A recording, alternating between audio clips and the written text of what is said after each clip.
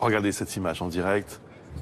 Le cercueil d'Hubert Germain qui est donc en train de quitter les Invalides et qui va être posé sur ce char AMX-10 nommé Bir Hakeim.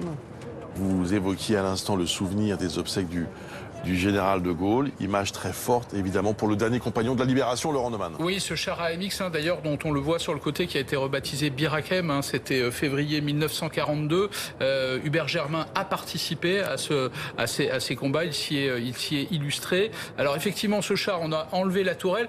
Ça rappelle, effectivement, Ulysse le disait, le 11 novembre 1945, puisque ce jour-là, une quinzaine de dépouilles des compagnons de la Libération avaient convergé dans Paris vers les Invalides dans une cérémonie absolument organisée, orchestrée au millimètre près par le général de Gaulle lui-même. Et effectivement, Hubert Germain avait souhaité que la cérémonie soit conforme à celle-ci. Alors à l'époque, en 1945, ce n'était pas ces fameux chars AMX, c'était des véhicules militaires, évidemment. Là, on a retiré la tourelle, évidemment, pour pouvoir y disposer le cercueil d'Hubert Germain.